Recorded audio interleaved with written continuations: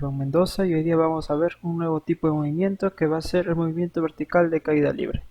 Así que vamos a comenzar entonces primero definiendo qué es este tipo de movimiento. Ya su nombre nos hace un pequeño spoiler acerca de cómo es que se va a mover, ¿no? En vez de ir en el eje X, nosotros vamos ahora a ver el movimiento en el eje Y, en el eje vertical, ¿no? De esta manera nosotros podemos tener este movimiento a través, o mejor dicho, cuando un cuerpo es lanzado hacia arriba o simplemente puede ser soltado, ¿no? Este tipo de movimiento es independiente del peso del cuerpo. Esto quiere decir que no vamos a considerar cuestiones de dinámica acá, no vamos a considerar cuánto pesa el cuerpo, ni siquiera vamos a considerar la resistencia del aire, ¿no? Porque sabemos que el aire tiene algunas moléculas y esas moléculas hacen fricción con el cuerpo haciendo que desacelere mucho más rápido.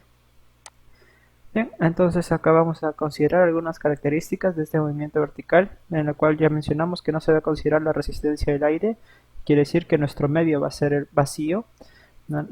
El movimiento vertical de caída libre se va a plantear la misma aceleración para todos los cuerpos. En este caso vamos a tener que la aceleración va a ser aproximadamente de 9,8 metros por segundo. Esta aceleración de la gravedad va a variar dependiendo del sitio donde nos encontremos en el planeta Tierra. A veces puede ser 9,81 o 9,78, más o menos por ahí. El promedio 9,8, ¿no? Y bueno, algunas veces lo vamos a considerar como 10 metros por sobre segundo cuadrado.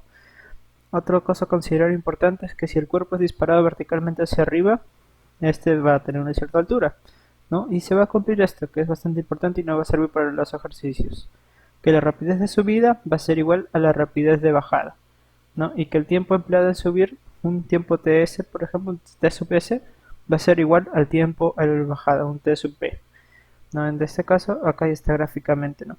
Una cosa más que quiero aclarar es que el movimiento no es en sí este. El movimiento solo es de arriba hacia abajo, solo que se hace de esta manera para que resulte gráficamente más observable, ¿no? Porque si nosotros lo hacemos en una sola línea, no lo podemos entender muy bien. Así que solamente es por motivos dinámicos es que se hace de esta manera, ¿no? Didácticos, perdón. Por motivos didácticos es que se hace de esta manera. Más el movimiento solamente es de ida y de bajada, nada más. Bien, otra cosa a considerar es que todos los cuerpos que se dejan caer simultáneamente a la misma velocidad van a tener el mismo tiempo a llegar al suelo, ¿no? Esto fue comprobado hace, bueno, eso ya tiene bastante tiempo de teorizado, pero experimentalmente recién se pudo comprobar debido a que actualmente contamos con la tecnología del vacío, ¿no? Nosotros dejamos caer, por ejemplo, un martillo y una pluma de repente y estos dos van a caer al mismo tiempo, sin importar del peso, ¿no? Lo que hace de repente que en nuestra vida cotidiana caiga el primer martillo y después la pluma es simplemente la forma en la que estos van a interaccionar con el aire. No sabemos que la pluma tiene una superficie mucho más grande que el martillo en sí, entonces la pluma va como que a hacer un movimiento el movimiento que conocemos de caída, ¿no? Va a oscilar. En cambio el martillo va a caer de forma más directa. Bien, si un cuerpo es lanzado verticalmente hacia arriba, va a alcanzar una altura máxima donde la velocidad final en este punto de la altura máxima va a ser cero. Esto también es bastante importante a considerar.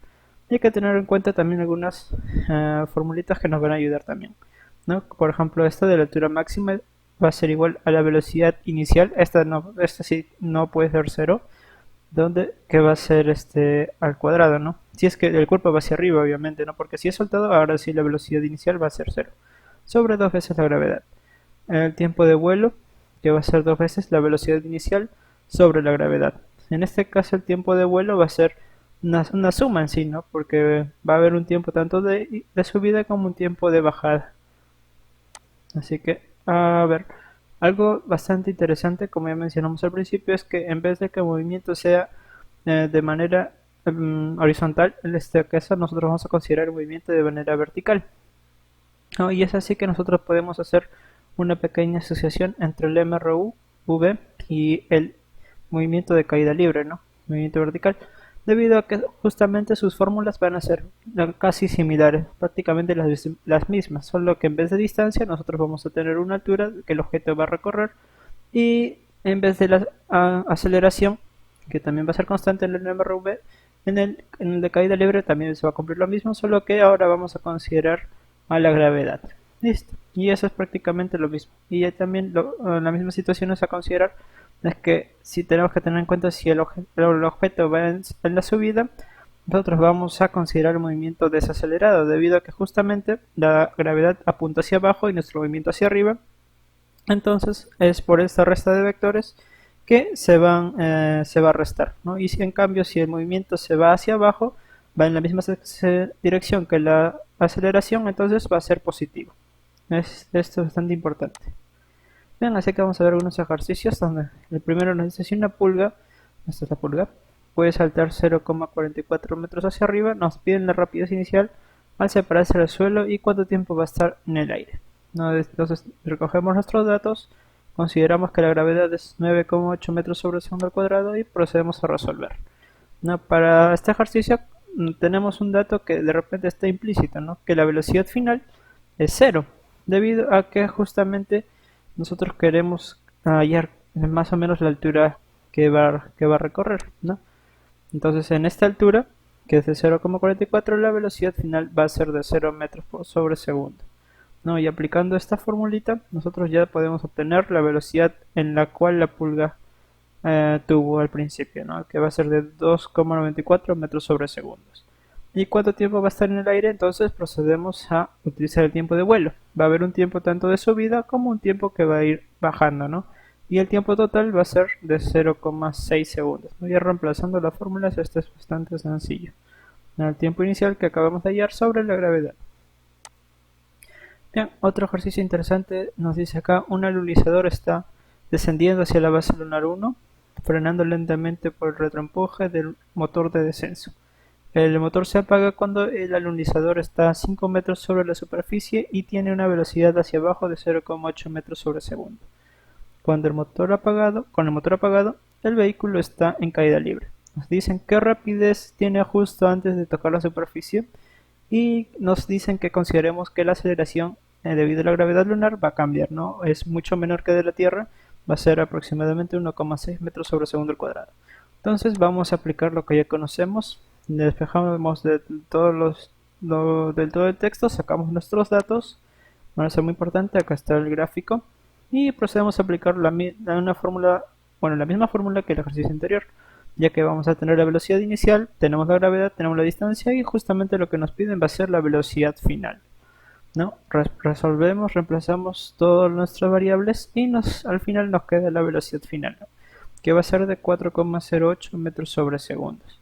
Tenemos velocidad inicial, tenemos la gravedad, tenemos la distancia, excelente para hallar la velocidad final.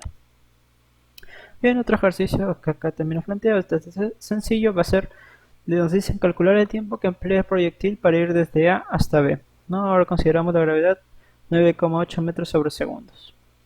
Entonces de A hasta B, este es el recorrido del móvil.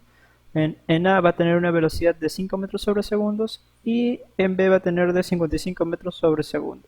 Entonces nosotros que aplicamos, bien, nuestra ecuación bastante conocida, donde la velocidad final va a ser igual a la velocidad inicial más, porque el sentido esto es bastante importante considerar, porque el sentido está en el mismo sentido que la gravedad, ¿no? La velocidad, el movimiento está en el mismo sentido que la gravedad.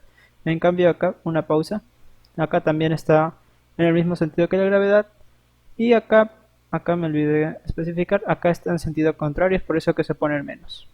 Bien, una vez aclarado eso, ya volvemos a nuestro ejercicio y reemplazamos, ¿no? Tenemos la gravedad y justamente nos pide el tiempo, entonces reemplazando todo nuestras variables, nuestra álgebra, y sabemos que el tiempo va a ser de 5,1 segundos. Uy, esto salió después, o sea, hay que cambiarlo. Bueno, ¿qué más tenemos? Nos dice, un astronauta de un planeta X lanza un objeto verticalmente hacia arriba, ¿no? En el futuro de repente podemos visitar otros planetas, ¿no? Hasta ahora ningún ser humano ha ido a otro planeta, solo han ido ondas espaciales, ¿no?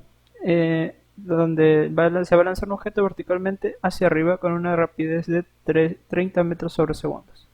Dice, si el objeto tarda 8 segundos en alcanzar el punto más alto de su trayectoria, nos piden determinar el valor de la aceleración de la gravedad en el planeta X.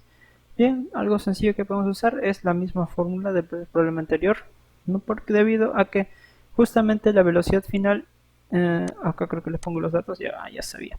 Acá la velocidad final va a ser de 0 metros sobre segundos debido a que justamente en el punto más alto, recordamos la teoría, va a ser la velocidad 0, ¿no? La velocidad inicial va a ser de 30 metros sobre segundos y la gravedad, ¿no? En este caso nos piden la gravedad, pero nosotros sabemos que este movimiento al ser hacia arriba, consideramos que la gravedad está en sentido contrario a nuestro movimiento, así que va a ser negativa.